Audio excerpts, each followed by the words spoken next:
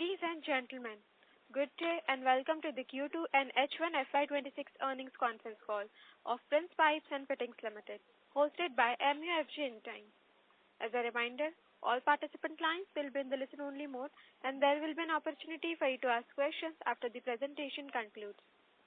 Should you need assistance during the conference call, please signal an operator by pressing star, then 0 on your touch-tone phone. I now hand the conference over to Mr. Sumit Khatan from MUFG in time. Thank you and over to you, sir. Good morning, everyone. I welcome you all to the earnings conference call to discuss Q2 and H1 FY26 results of PRINCEPIPE and Fittings Limited. To discuss the result, we have from the management Mr. Parag Chheda, Joint Managing Director, Mr. Nihat Chheda, Vice President Strategy, and Mr. Anand Gupta, Chief Financial Officer. They will take you through the results and the business performance, after which we will proceed for question and answer session. Before we proceed with the call, I would like to mention that some of the statements made in today's call may be forward-looking in nature and may involve risk and uncertainties. For more details, kindly refer to investor presentation and the other filings that can be found on the company's website. With this, now I hand over the call to the management for their opening remarks. Over to you, sir. Thank you, Sumit. Good morning and thank you all for joining us for our Q2 and H1 FY26 financial results. The presentation and the press release have been issued to the stock exchanges and uploaded on our website. I hope everyone has been able to go through the same. During the quarter, the PVC pipes market continued to face a challenging environment, primarily due to volatility in PVC resin prices and weak demand conditions. Key end-user segments such as infrastructure and real estate witnessed subdued activity, largely affected by an extended and uneven monsoon that disrupted construction schedules. The agriculture segment also experienced softer demand as erratic rainfall patterns impacted farm-related activities.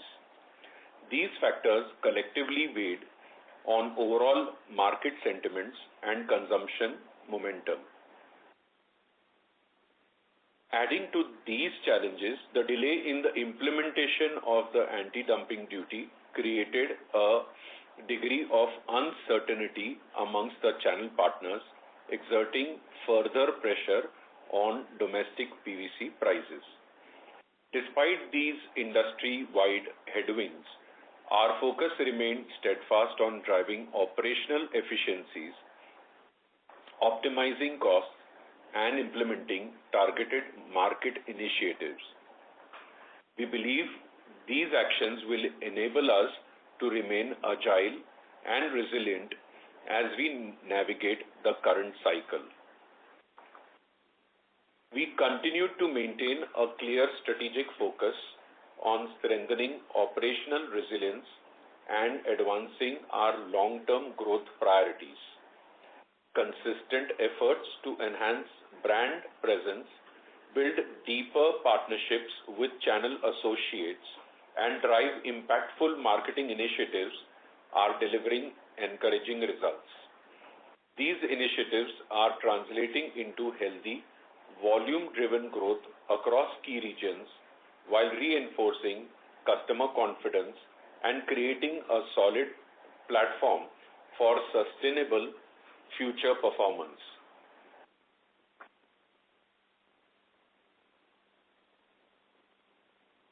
A significant milestone this quarter was the successful commissioning of Phase 2 operations at our Bihar manufacturing unit. The completion of this expansion gives PRINCEPIPE a truly pan-India manufacturing footprint, enhancing our ability to serve customers more efficiently and reinforcing our position as one of the country's leading manufacturers of high-quality plastic pipes and fittings. This milestone also underlines our commitment to investing in capacity and operational scale to meet future demand. As part of our long-term strategy, we continue to emphasize innovation and differentiation across our product offerings. We remain focused on expanding our product portfolio with differentiated and high-performance offerings while simultaneously strengthening our distribution network across regions. We are also undertaking various demand generation activities in under-penetrated geographies to broaden our market reach and drive volume growth. These efforts enable us to stay competitive, responsive, and deeply customer-focused in an ever-evolving marketplace. I'm pleased to share that our bathware brand, Aquel, continues to expand its footprint across key urban and semi-urban markets. During the quarter, we extended our presence in the northern region by opening new display centers in Jammu and Kashmir and Uttar Pradesh. These additions further strengthen our retail presence, enhance brand visibility, and position Aquel for continued growth in the high-potential, value-added bathware segment. We are also proud to have been chosen as the preferred supplier of CPVC piping and cable ducting solutions for the newly inaugurated Navi Mumbai Airport project. This recognition reinforces the trust our brand commands and reflects our consistent commitment to quality, reliability, and excellence in serving critical infrastructure developments across the country. Additionally, we were honored to receive the Ambition Box Employee Choice Award 2025, which stands as a testament to our strong organizational culture, employee engagement, and commitment to creating a positive and empowering workplace. Our people remain the cornerstone of our success, and this recognition reflects the pride and dedication they bring to the organization every day. Looking ahead, we anticipate the demand to gradually recover in the second half of FY26, supported by restocking activity and improvement in consumption trends. Our strategic focus on geographical expansion, product innovation, and operational excellence positions us well to navigate near-term market uncertainties and capture long-term growth opportunities. In conclusion, despite external headwinds, we are confident that our strong fundamentals, diversified product portfolio, and customer-centric approach positions us well for sustained long-term growth. Thank you for your time. I will now hand it over to our CFO, Mr. Anand Gupta, to take you through the key financial highlights. Thank you, Parag Bhai, and good morning, everyone. I will be taking you through the Q2 and half-year FY26 financials now. Starting with quarterly highlights, revenue from operations stood at 595 crores. Our volumes for the quarter stood at 42,761 metric ton. EBITDA for the quarter stood at rupees 55 crores, while margin stood at 9%, registering a 200 basis point growth. Profit after tax for the quarter stood at rupees 15 crores, and the margin for the quarter stood at 2%. Now for the half-yearly highlights, revenue from the operation stood at 1,175 crores. Our volumes for H1 FY26 stood at 86,496 metric ton as compared to 85,481 metric ton same period last year, a growth of 1%. EBITDA for the half year stood at 95 crores, while margin stood at 8%. Profit after tax stood at rupees 20 crores and PAT margin stood at 2%.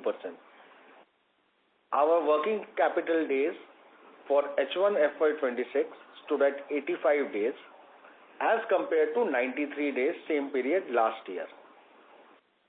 Receivable stands at 52 days compared to 55 days same period last year. and inventory days stood at 80 days as on 30th September 2025. With this, I now end my speech and open the forum for question and answer session. Thank you. Thank you very much. We will now begin the question and answer session. Anyone who wishes to ask a question may press star and 1 on the touchtone telephone. If you wish to remove yourself from the question queue, you may press star and 2. Participants are requested to use handsets while asking a question. Ladies and gentlemen, we will wait for a moment while the question queue assembles.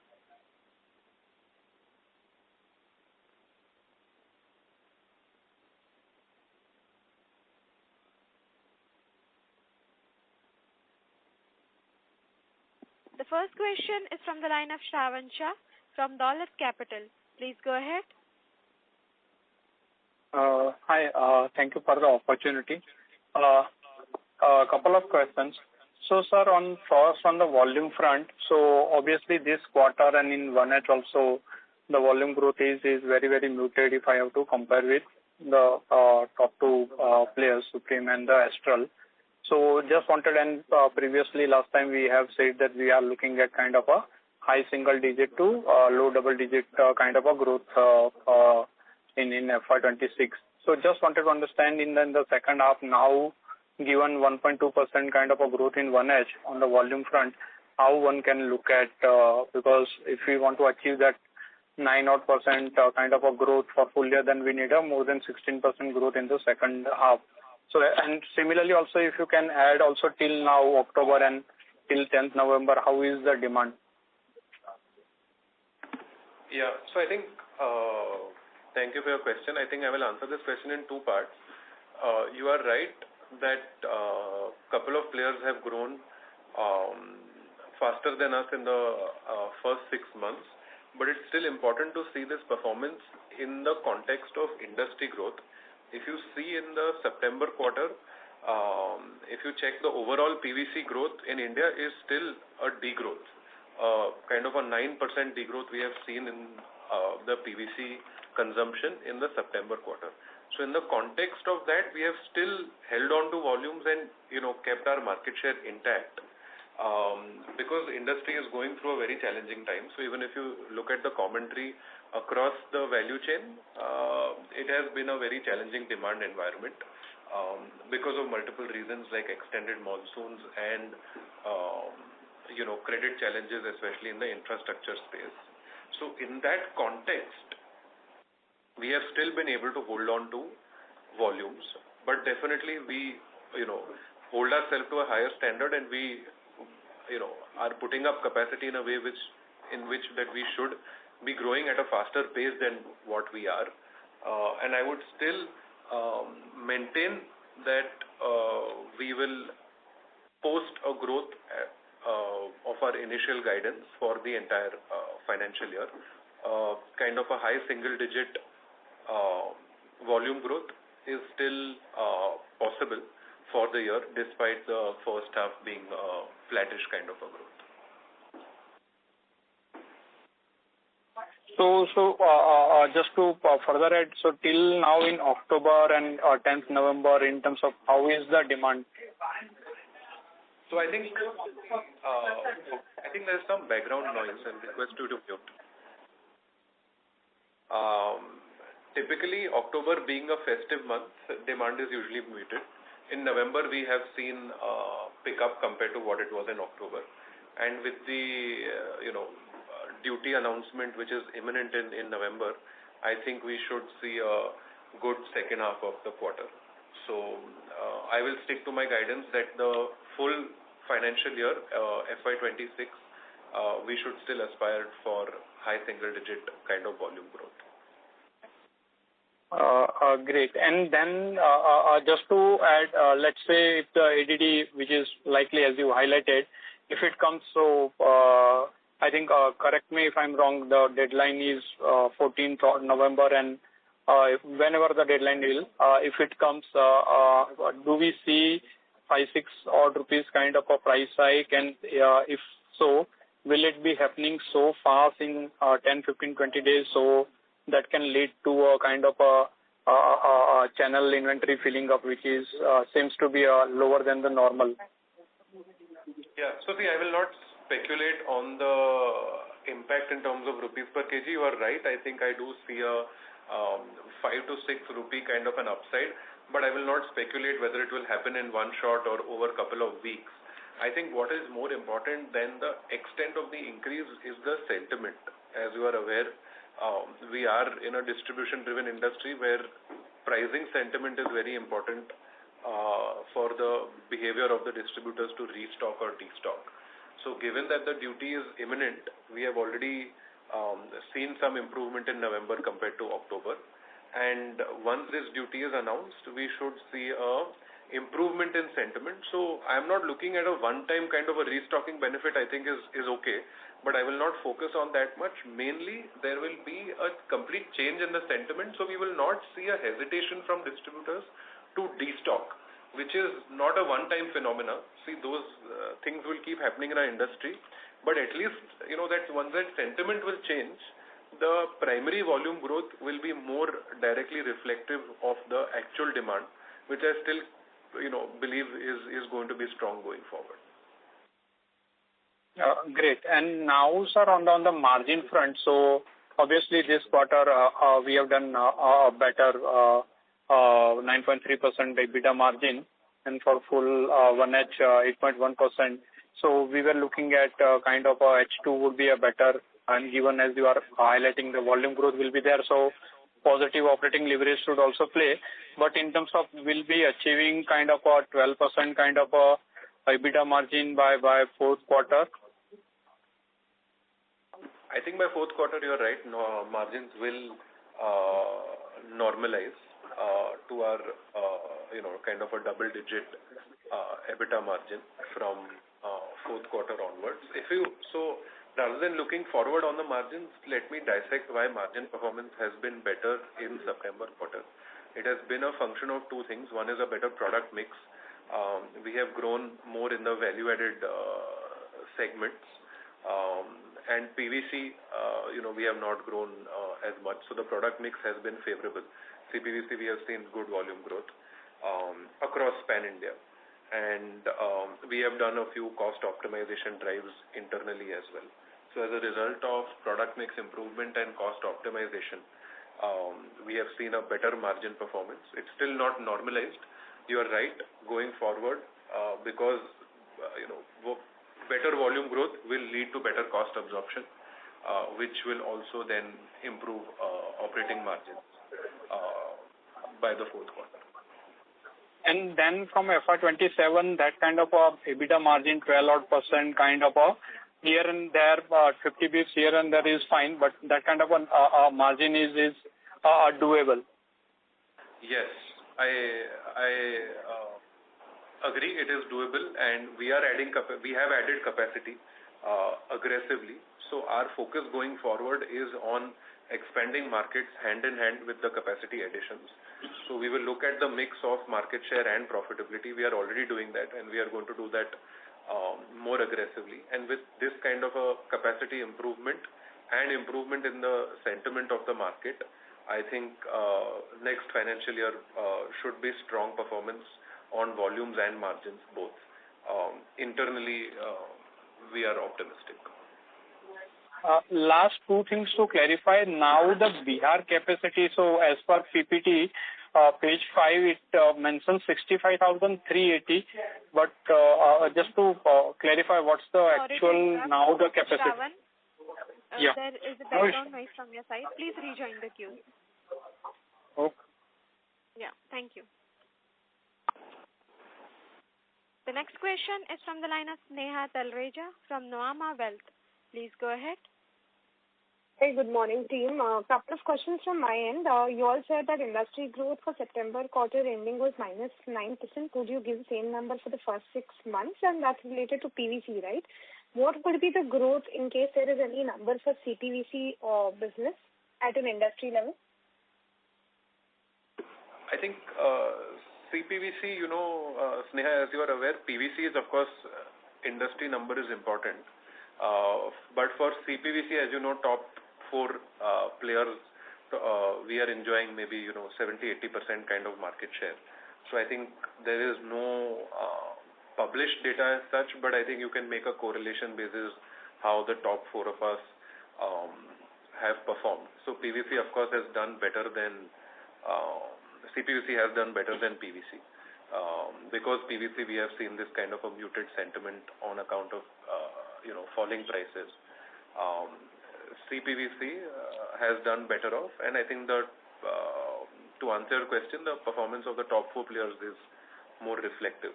That despite the growth in PVC, either we have had flattish growth or some players have grown. And what about PVC for the first 6 months? I don't have data offhand, but yeah, it is still a degrowth in first 6 months. Maybe after the call we can try to share some specifics, but Q2 I know it is a -9% kind of a PVC degrowth. Understood. Secondly, the guidance that you're giving, which is high single digit, means that there will be 15 to 16% volume growth in the second half. I'm sure you're factoring in ADD here, but what if ADD is not there? What could the growth look like? And similarly on your margins, you're also guiding for reaching 10-12% margins. What's the assumption of volume growth that we are factoring in here? So you're right. We need to have a double-digit kind of growth in the second half of the year to achieve a kind of a 7-8% volume growth for the year. Margins, I don't think we are far off. I think we are already there. I think with a little bit of volume growth, if we had been able to achieve in Q2 as well, we would have had a kind of a 10-11% kind of operating margin. So I think with product mix improvement and cost optimization, I think margins, we are more or less there, and I don't foresee any major inventory losses going forward. So I think now it's just a function of we have put up the capacity, and we need to be more aggressive in gaining market share in the quarters to come. So lastly, Nihar, when you said, you want to be aggressive, we have seen price aggression by, second player after the leader was already showing. What is our strategy here? Because if I look at the current, quarter, it looks like, we are trying to maintain our profits and, it's okay to let go of slight volumes. Going ahead, when you're talking about aggression, can it slightly come on the price side also in order to gain market share? No, so I think, Sneha, I don't think, I will not agree to say that, we are focusing on profit more than market share. Yeah, if you see the numbers, that's what it looks like. But I think the margins have improved because of product mix and because of cost optimization. It's not that today, we are not competitive. If you see the kind of change in realization year on year, I think we are in line with industry. So today we are already competitive in terms of, realizations of our finished good. So it's not that, we are trying to focus more on profitability and keeping our pricing intact and letting volumes go. But I agree that we need to do better as far as volume growth is concerned. And that's not going to be a function only of pricing. We need to be more aggressive with network expansion as we are putting up more capacity, and we have already put up more capacity. So there are a lot of aggression that you can do in the marketplace apart from pricing. I think what we had to do in pricing we have already done, and we will continue to be competitive with additions in capacity. But I will also focus on non-price related aggression in the marketplace that we need to do better at, I would say, going forward. Understood. Thanks a lot, and all the very best. Thank you, Sneha. Thank you. Before we take the next question, a reminder to all, you may press star and 1 to ask a question. The next question is from the line of Keshav Lahoti from HDFC Securities. Please go ahead. Hi, thank you for the opportunity. So just want to understand, as you said, raising consumption is down by 9%. Are you trying to imply industry growth is minus 9% in Q2? So meaning that Prince has, in a way, outperformed industry by 8% and maybe the peers are outperforming by 30%, because that number sounds quite big. Yeah, clearly, I think even when I am taking feedback from my distributors and my sales team, or when I'm traveling the market as well, unorganized players have, not only unorganized players, but even smaller organized players are in a very tough position today, because large players like us, and even our peers, have definitely focused on volumes. And the gap between unorganized players and organized players in terms of finished good pricing, pipe fitting pricing today is narrowed down significantly compared to what it was maybe a year or two ago. So we have kept our volumes intact and our market share intact, or in fact grown the market share but it's come at the brunt of smaller players have really faced a tough time, because their only lever to grow was pricing, and there used to be a kind of 15, 20, 25% gap in terms of pricing of large, top 3 or 4 players compared to what smaller unorganized and organized players were selling at. And I think that gap has narrowed down. So whatever channels interactions I have had, sales team interactions I have had, smaller players have, virtually moved out of the market, which always happens when you see this kind of challenging times in terms of demand for the industry and volatility of raw material price. We've seen these cycles previously. This time the cycle was more extended because it was coupled with volatility of raw material.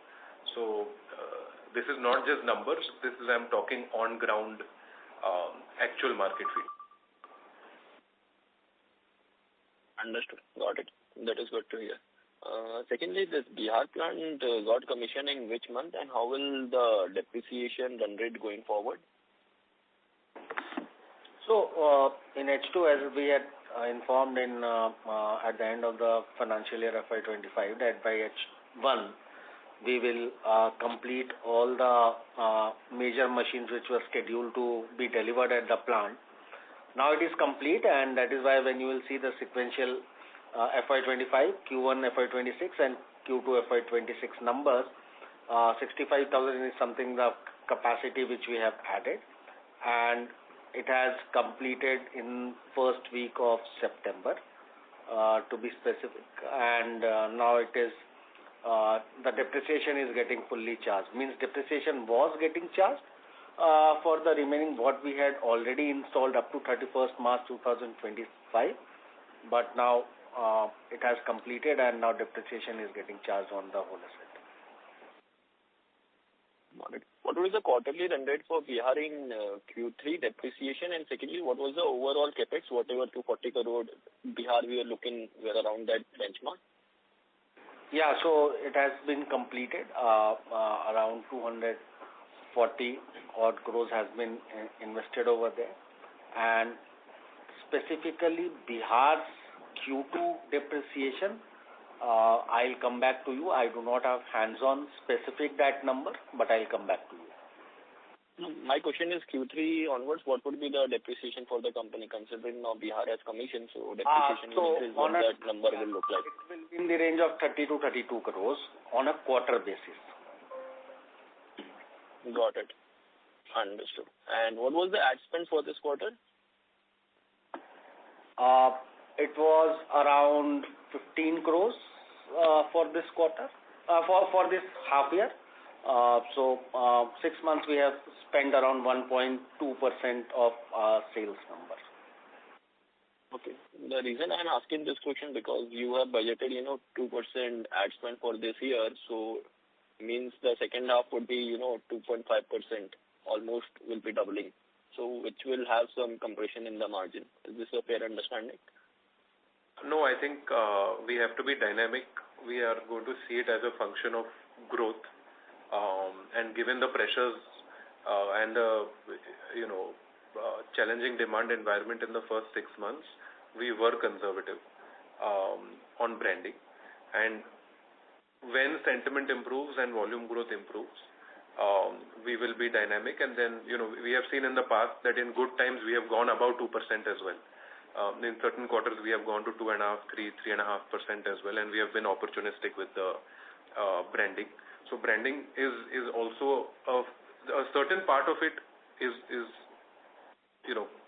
a commitment to do every quarter, but a certain part of it is also discretionary and variable. So as sentiment improves, we will become more aggressive with this part. So I would see this as a semi-variable kind of an expense. Hope that answers the fair strategy. Yeah, that pretty well answers my question. What was the CTVC volume growth in this quarter? What you gave in Q1 Sorry to number? interrupt, Keshav. Please rejoin the queue for more questions. Sure. I'll come back Thank into it. Thank you. Ladies and gentlemen, to ask a question, please press star and 1. The next question is from the line of Udit Gajiwala from Yes Securities. Please go ahead.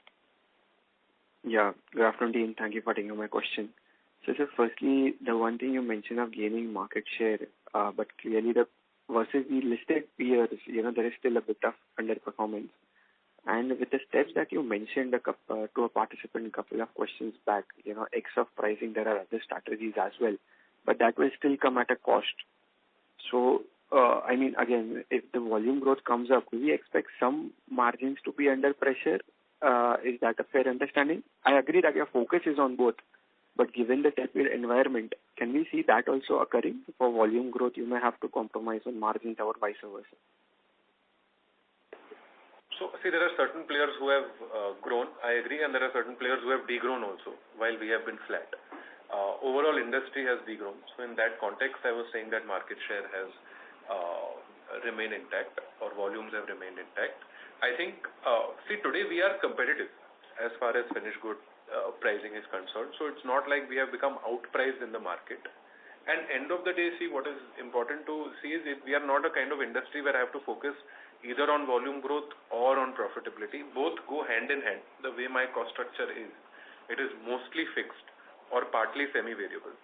So end of the day, the more I sell, the more profitable I am, especially at the operating margin level. Operating leverage has a big part to play. So simply if you look at, if I had grown at kind of even a 5-10% volume growth in quarter 2, the operating margins would have been significantly better, and that's something that we obviously realize. So I don't see it. Both goes hand in hand. I don't see it as a payoff that either we grow or we have a healthy margin. I think definitely it has been demonstrated that in this industry, regardless of how the demand scenario is, a profitable volume growth is definitely possible, and that's what we are gunning for. We have to be competitive. I am not immune to the forces of demand and supply. But the more I sell, the more profitable I will be. And we have added capacity aggressively. So focus is on growing market share, especially where we are putting up new plants in Telangana and Bihar. So south and east, we need to be gaining market share. And also if you see the quarter performance, there has been certain geographies where we have grown well and certain geographies where we have sort of degrown. So the challenges that we have in terms of volume growth are related to certain specific markets. It's not that it is happening at a pan-India level. In certain markets, we have posted very good growth in line with the top 2 peers, or even better than that in certain markets. So we have identified those markets. It will take some time, but this volume growth challenge is restricted to a couple of zones rather than a pan-India issue. Our focus is going to be towards those markets to ensure that if we are able to keep volumes intact in those markets, overall we will be able to have a very good kind of a volume growth in the second half of this year, and more importantly from next financial year as well. Yeah, that answers, sir. And just if I have missed, what was the bathware revenue and the EBITDA loss for Q2 and H1? So for H1, bathware revenue is at around 22 crores. And it is so last year quarter 2 we had done 7. Against that we have done 12 crores, which is around 40% growth over the last quarter. And the consolidated loss for the H2 is around 10 crores. H1. And for the quarter, sir, is it possible to quantify 5 crores. That answers it. Thank you, sir, and all that. Thank you.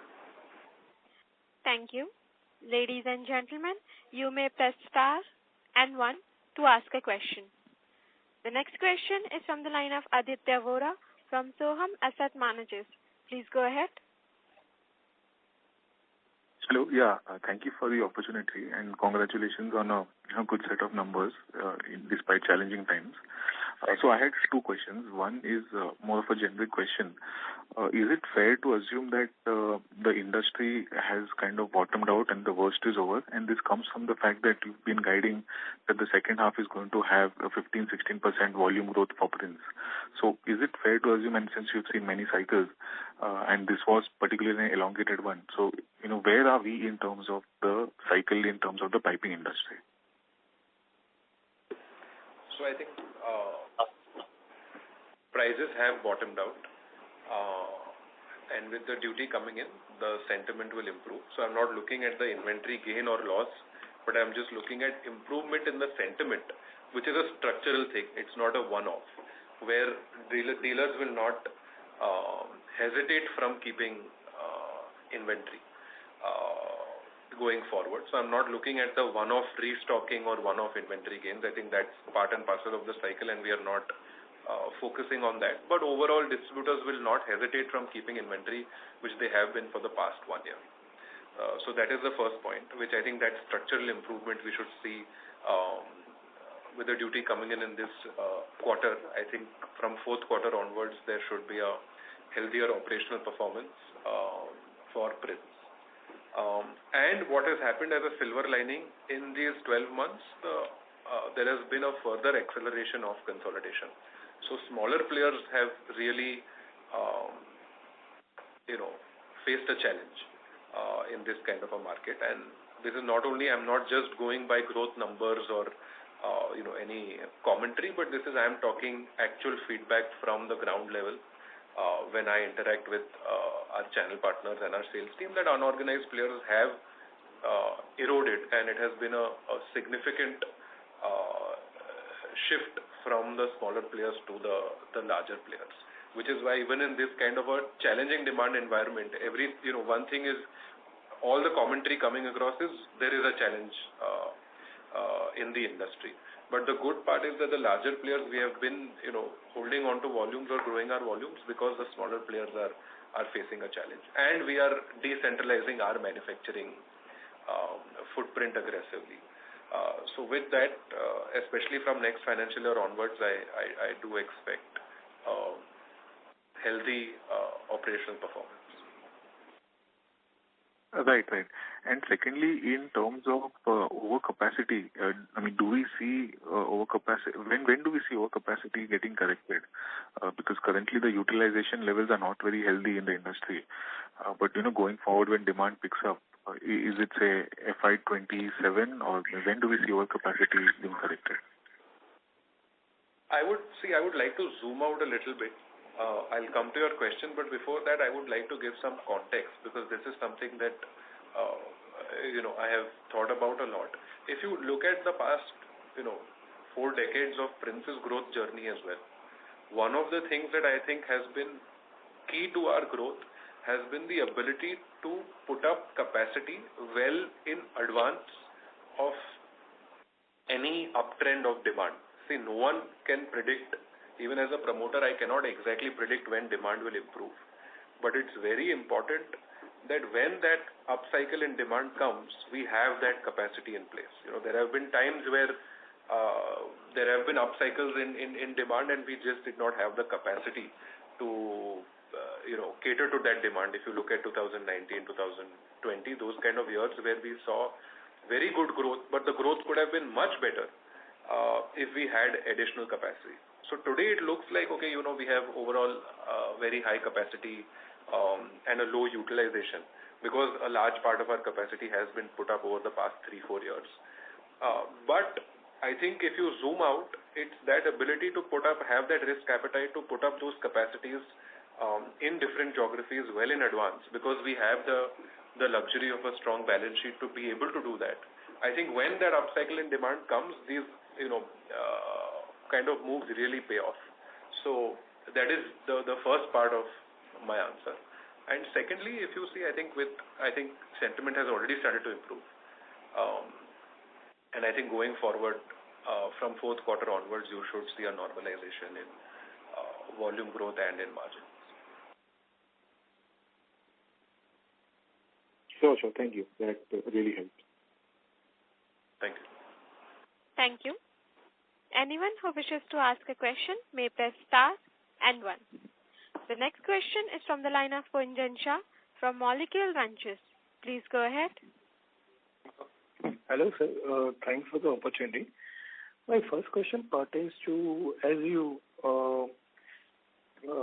briefly discussed about the EDD, and there is so we right now witnessing a dry channel inventory from channel partners also. So why is it it shouldn't be considered that once the EDD comes into place, there should be a sudden spike of 5 to 6 rupees rather than it should grow gradually, because first of all destocking will stop and ultimately channel will try to build up the inventory. So just wanted to understand your view why it shouldn't be a one time, it should be a spike rather than gradual improvement. No, I appreciate what you're saying and I agree. My only point was that we are not focusing on that. See, I cannot think like a trader. I have to think like a manufacturer. I cannot speculate how much the pricing will move up by. What you are saying could very well turn out to be true and is a likely scenario that after this kind of an elongated volatility in raw material and one-way downward trend, a 5-6 rupee could be fairly imminent as well. My point was I am not challenging whether it will be one time or whether it will be over time. I am just saying today my focus, that's not controllable for me, right? That's not a controllable. We have to focus on what we can control. We can control putting up capacity, expanding our channel, being ahead of the curve with product innovation within the piping space as well, and continuing to invest in brand visibility. So these are the controllables. However the pricing will move, we will of course move, and we are a pass-through industry and we always have been like that, which we will pass through to the channel, whether it is upward or downward. My limited point was that's not a controllable. So our focus is not on that, and we are prepared with capacity, with inventory to be able to cater to any demand, even if we see a sudden surge. I hope that clarifies. Yeah. Then I think more or less clear. My second question would be on the CPVC. So right now our total from the total production we procure our RM from Lubrizol, right?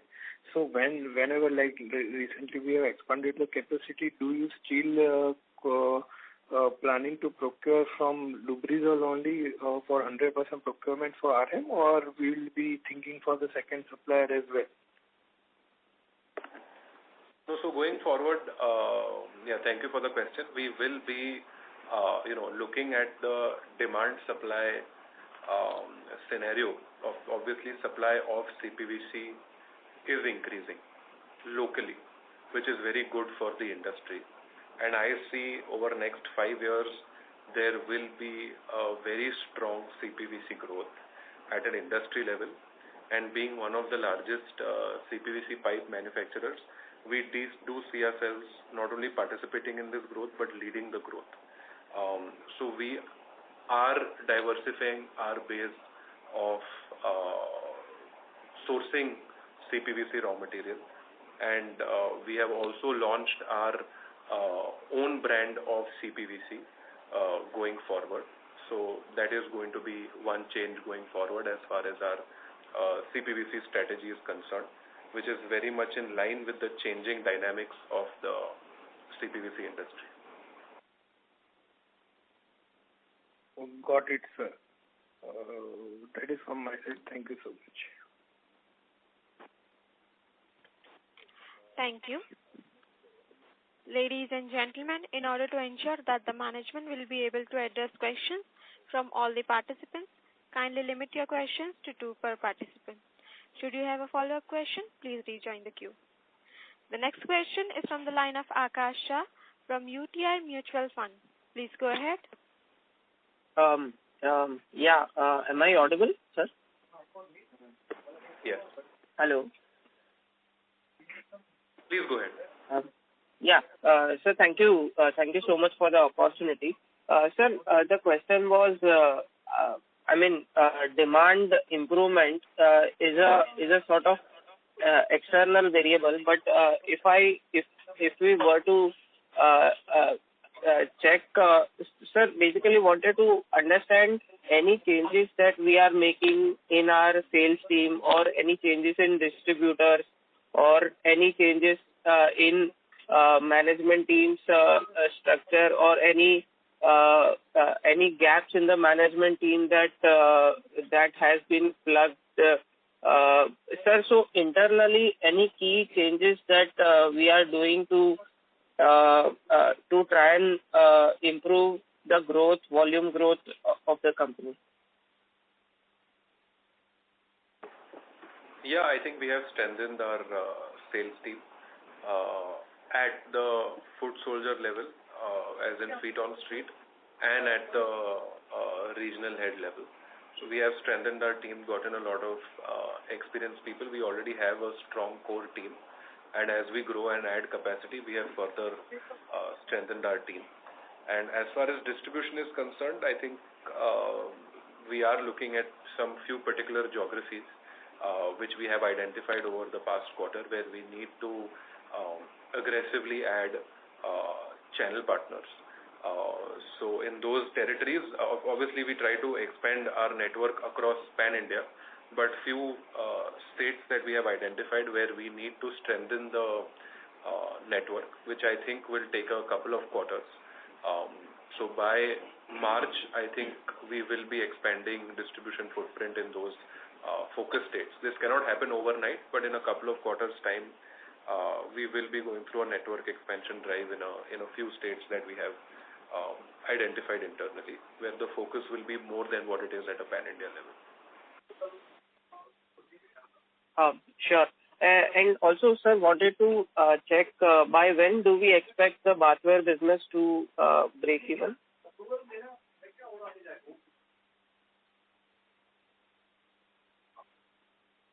I think in a matter of 4 quarters, we should be there.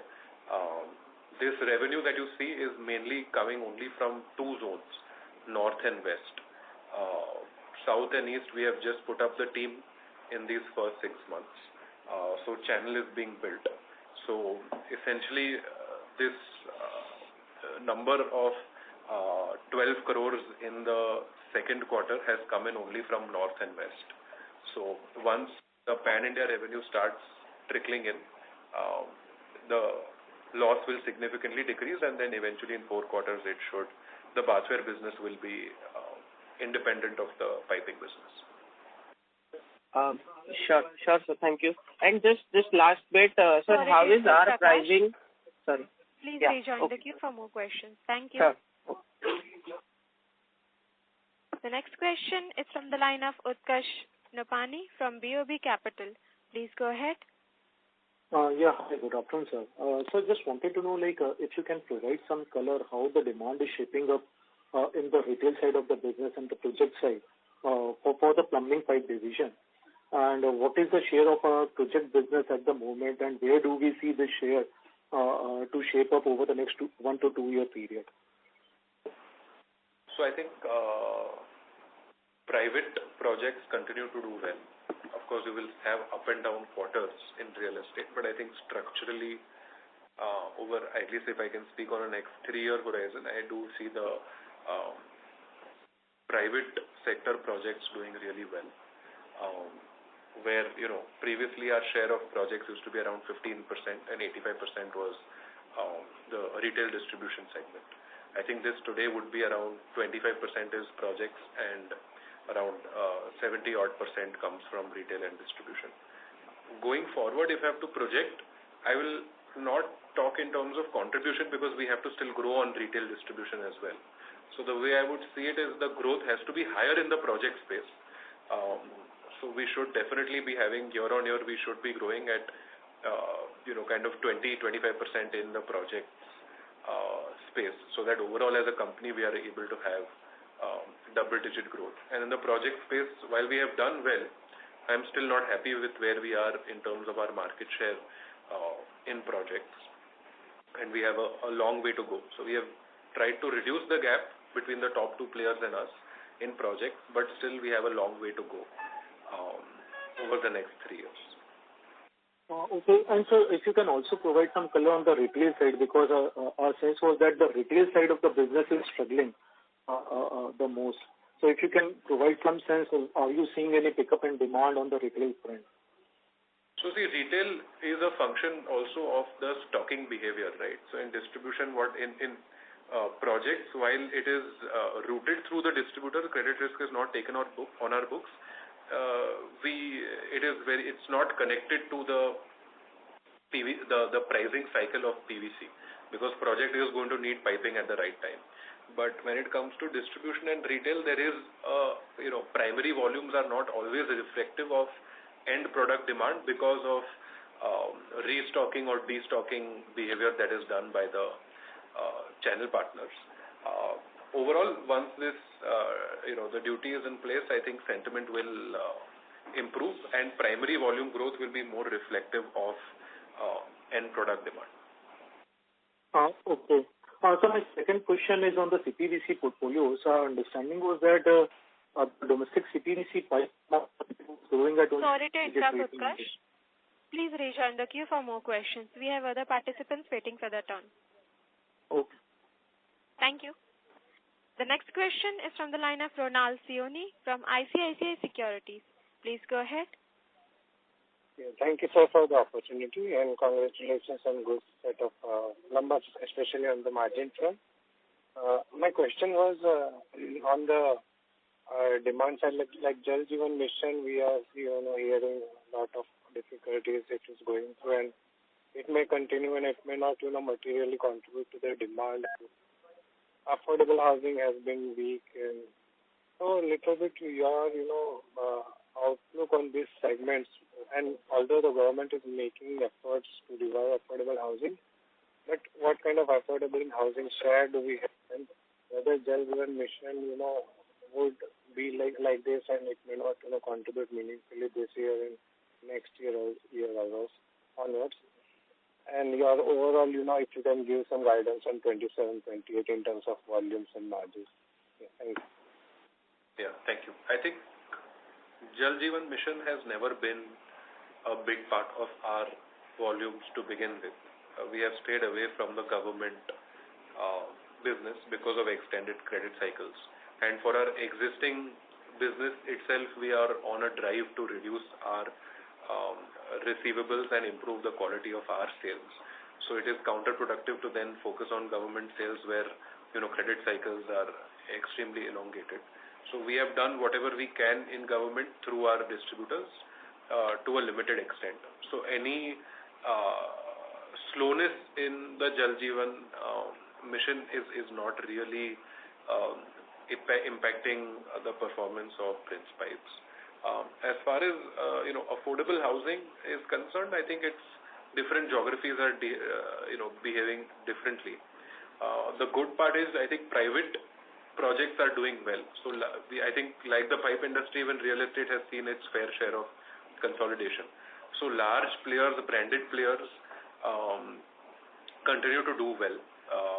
You could see a quarter up and down, but overall I think the cycle is good, and large builders seem to be buoyant. All the key accounts that we handle as well, when I'm interacting with them, I think there is a very strong project pipeline, and demand overall over past few years has been good, and they believe that it will continue to be good over the next few years.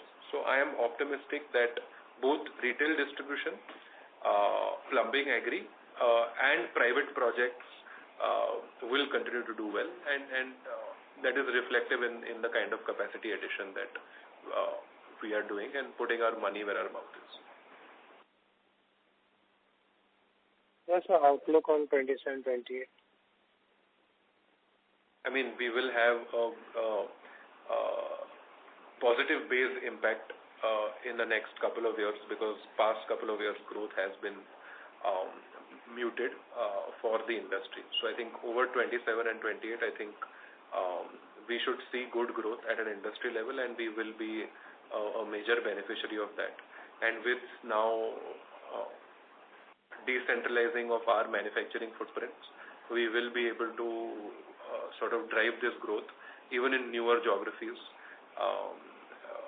where unorganized players may have a higher market share now, but as we are putting up new plants in new markets, moving closer to the market, adding channel partners, I think over next couple of years we should have a robust double-digit volume growth in FY27 and 28. Thank you, sir. That's all. Thank you. Thank you. The next question is from the line of Keshav Lahoti from HDFC Securities. Please go ahead. Thank you for follow-up opportunity. So I want to more understand, as you highlighted, you are going on CPVC own brand, what things you are changing and how you plan to take it forward? Yeah, we will be having key announcements coming in over the next couple of weeks in terms of what our strategy on CPVC is. But I think I've highlighted the bigger picture in terms of how we are going forward.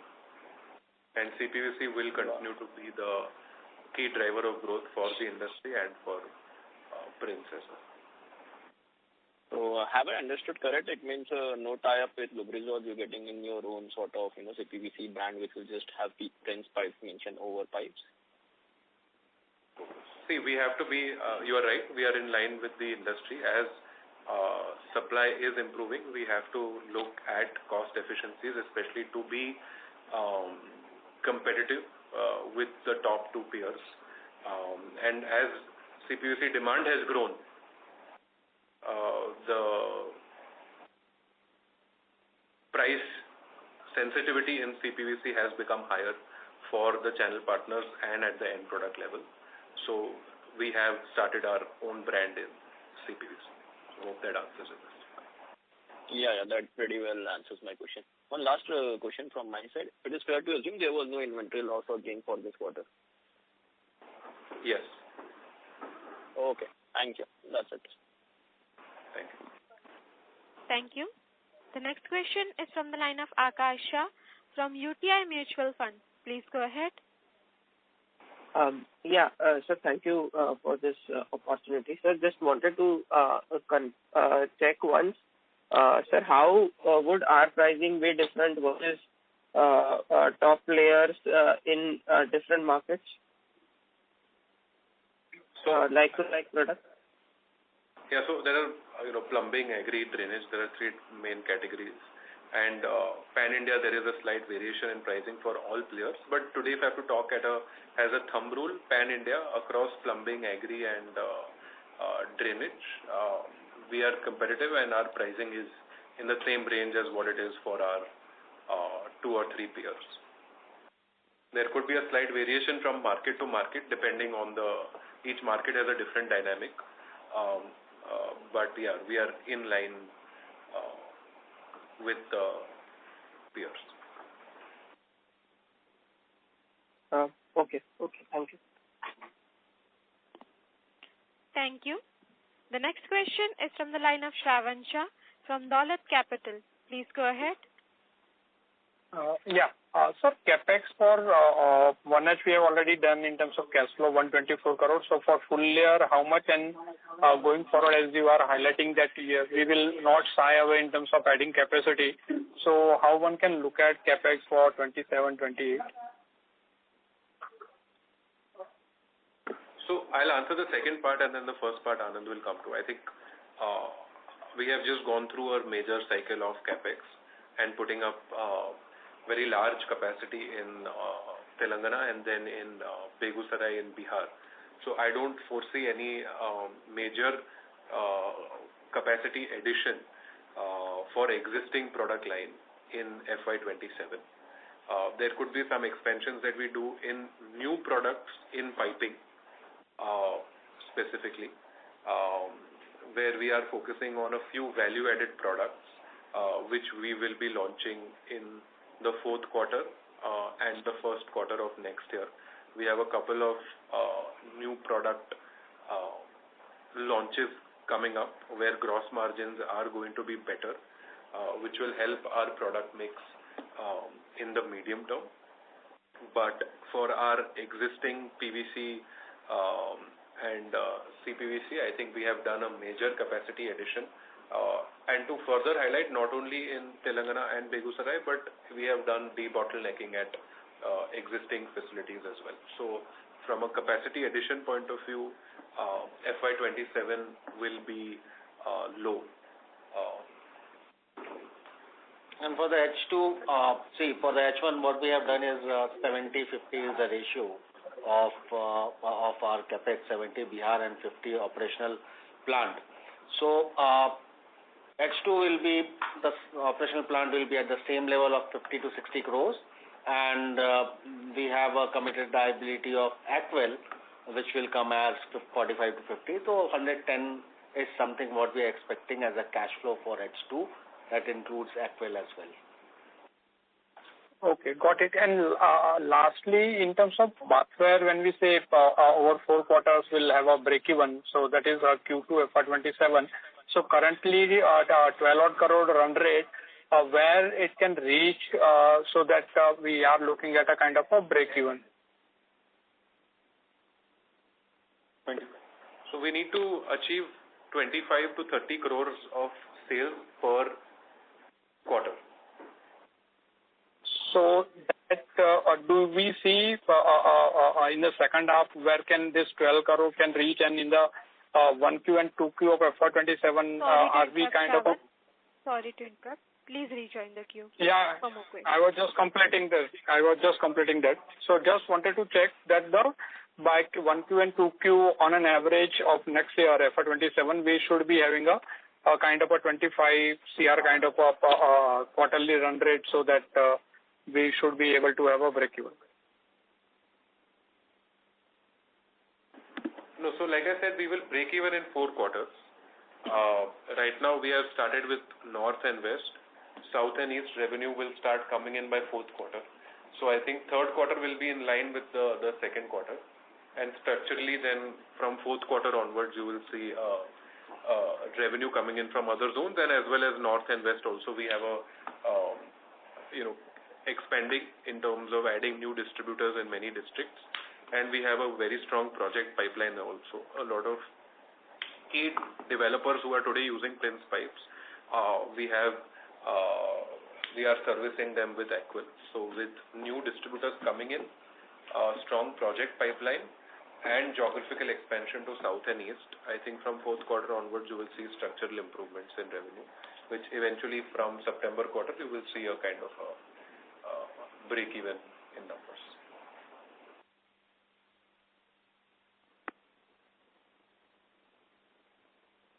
Thank you, sir. Thank you. The next question is from the line of Punjan Shah from Molecule Ventures. Please go ahead. So my first question would be pertains to, we have seen a sharp correction in CPVC prices right now, resins. So first of all, do you believe that the EDD in PVC will help to hike or get better realization in CPVC, or due to cheap imports coming from Malaysia and other countries, due to cheaper RM sourcing, the prices will remain the same as line as equivalent to curtains right now?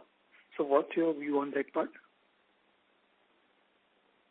I think CPVC prices will continue to be competitive.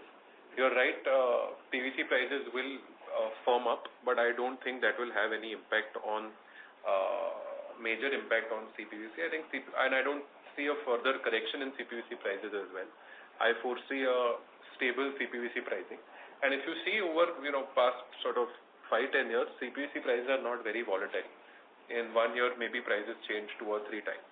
It's not a commodity like PVC. So while supply is increasing, so there are 2 things. One is input prices may increase slightly. It's not a major increase in PVC. But with overall supply position improving locally for CPVC, I think CPVC prices going forward should remain stable with no major upside or downside.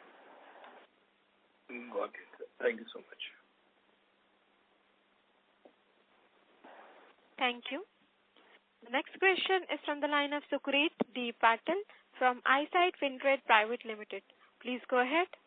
Good afternoon, team. I have a forward-looking question. As more players entering the piping and pathware space, what is PRINCEPIPE doing to build a strong edge? Not just through plant count or product range, but something deeper, like a way of working or thinking that goes over time and makes your competitors hard to copy. Thank you. I think apart from the points that I mentioned of capacity addition and network expansion, I think one key is adoption of technology in digitizing the value chain. We are live with our distribution management and Salesforce automation systems, where we now directly have a visibility of retailer-wise sales across geography. So traditionally, and we have been ahead of the curve in the industry with tracking secondary sales.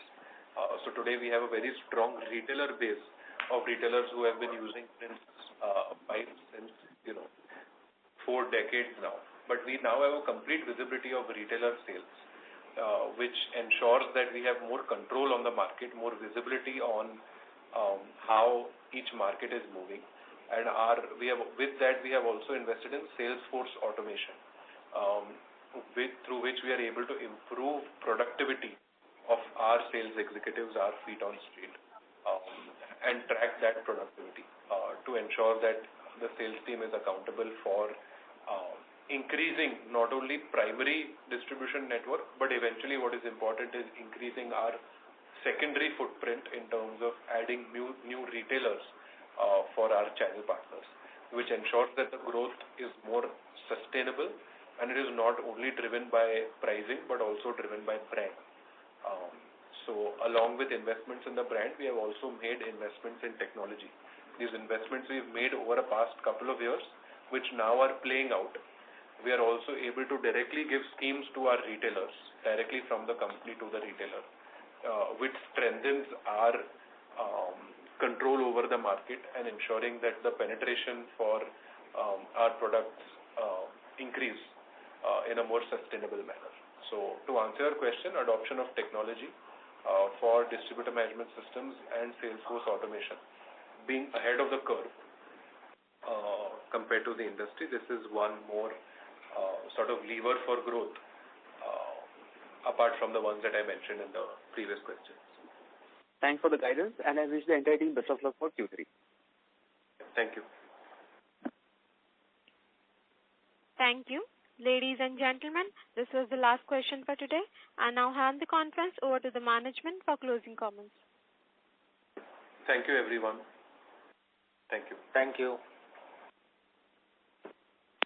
Thank you, sir. On behalf of PRINCEPIPE and Fittings Limited, that concludes this conference. Thank you for joining us, and you may now disconnect your lines.